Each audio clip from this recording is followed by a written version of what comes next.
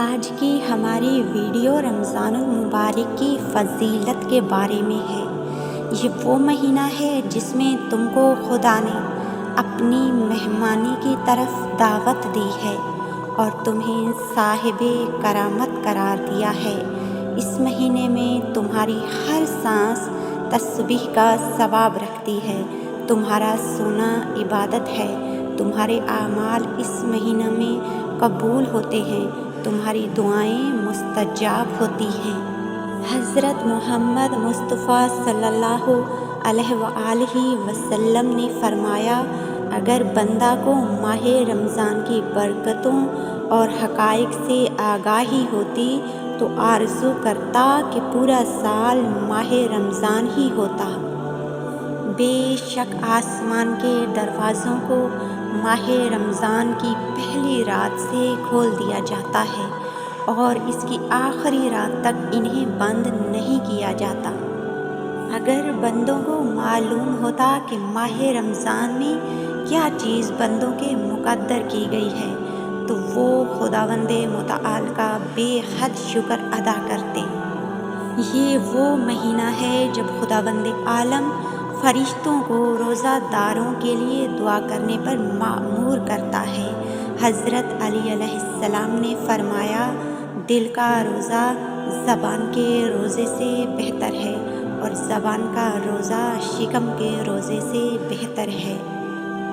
نفس کا دنیاوی لذتوں سے روزہ مفید ترین روزوں میں سے ہے۔ روزہ خدا کے حرام کردہ کاموں سے اجتناب کا نام ہے۔ جس طرح کہ انسان اس مہینے میں کھانے پینے کی چیزوں سے پرہیز کرتا ہے، اللہ تعالیٰ نے دنوں میں سے جمعہ کا دن، مہینوں میں سے ماہ رمضان کا اور راتوں میں سے شب قدر کا انتخاب کیا ہے، یعنی انہیں دوسروں سے ممتاز کیا ہے۔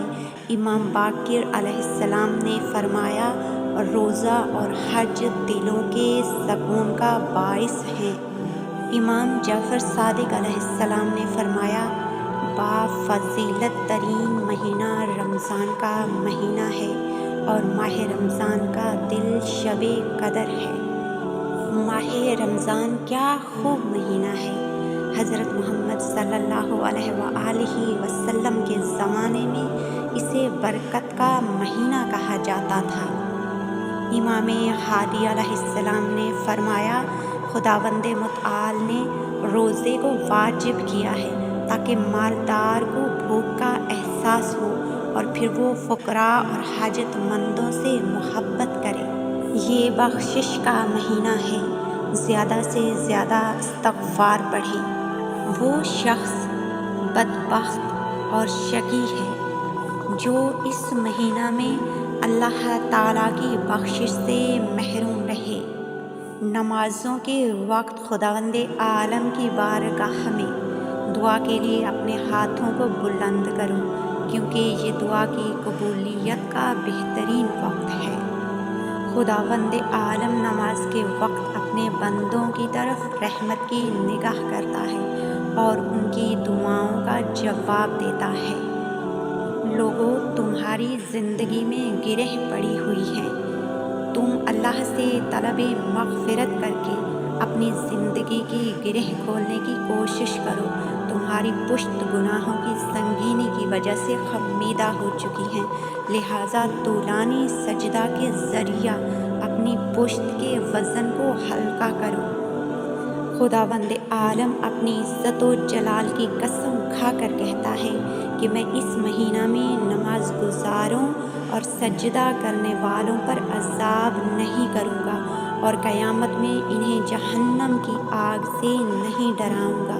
لوگوں، اگر کوئی شخص اس مہینہ میں کسی مومن روزہ دار کو افطار کرائے تو اس کا ثواب ایک غلام آزاد کرنے کے برابر ہے اور اس کے پچھلے تمام گناہ معاف ہو جائیں گے۔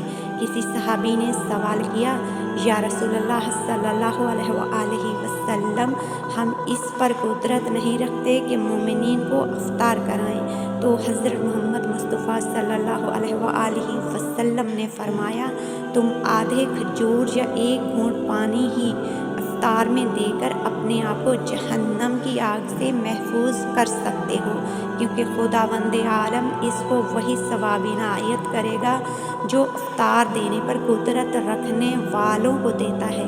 جو شخص اس مہینے میں اپنے اخلاق کو درست کر لے، اسے خداوند عالم قیامت کے دن پلِ صراط سے آسانی سے گزارے گا۔ حالانکہ لوگوں کے قدم اس وقت وہاں ڈگمگا رہے ہوں گے۔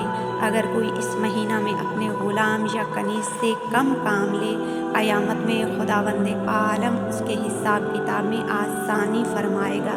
جو شخص اس مہینہ میں کسی یتیم کو مہربانی و عزت کی نگاہ سے دیکھے، قیامت میں خداوند عالم بھی اس کو مہربانی کی نگاہ سے دیکھے گا۔ جو شخص اس مہینہ میں اپنے عزیز و اقارب سے قطع رحم کرے گا، خداوند عالم قیامت کے دن اس کو اپنی رحمت سے محروم رکھے گا۔ رمضان المبارک کا مہینہ خداوند عالم کا مہینہ ہے۔ یہ مہینہ تمام مہینوں سے افضل ہے۔ یہ وہ مہینہ ہے جس میں خداوند عالم آسمانوں، جنت اور اپنی رحمت کے دروازے کھول دیتا ہے اور جہنم کا دروازہ بند کر دیتا ہے۔ اس مہینہ کی ایک شب ایسی ہے جس میں عبادت کرنا 1000 مہینوں کی عبادت سے افضل ہے۔ اس مہینہ میں اپنے آپ کو خداوند عالم کی نافرمانی سے محفوظ رکھیں، کیونکہ امام جعفر صادق علیہ السلام فرماتے ہیں، جب تم روزہ رکھو تو اس کے ساتھ تمہارے بدن کے تمام اعضاء بھی روزہ رکھیں۔ عام دنوں کی مانند نہ ہو جن میں تم بغیر روزہ کے رہتے ہو۔ امام علیہ السلام فرماتے ہیں، روزہ فقط کھانے پینے سے بچنے کا نام نہیں، بلکہ روزہ کی حالت میں اپنی زبانوں کو بھی جھوٹ، گالی، غیبت، چغلخوری، تہمت وغیرہ سے محفوظ رکھو۔ آنکھوں کو حرام چیزوں کی طرف نگاہ کرنے سے محفوظ رکھو۔